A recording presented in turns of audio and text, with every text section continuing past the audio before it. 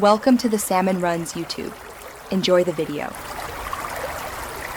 You begin by closing the application that has broken keybinds and any utilities that might intercept input. Once done, relaunch that app with administrator rights so key mappings can be changed successfully.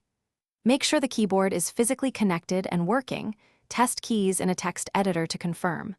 You'll save time by ruling out hardware and permission issues first.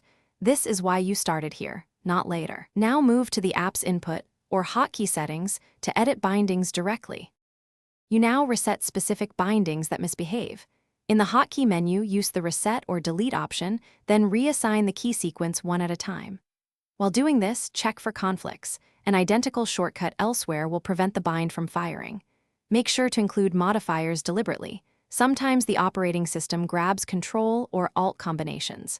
Once reassigned, save settings and test within the app.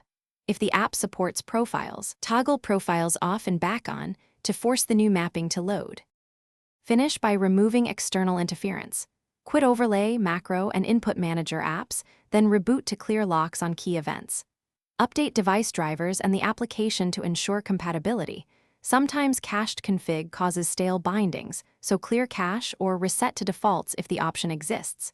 If issues persist, create a new user profile inside the app or reinstall cleanly.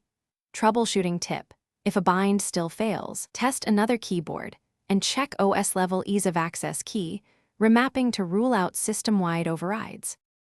Thanks for watching. Consider subscribing if we helped you.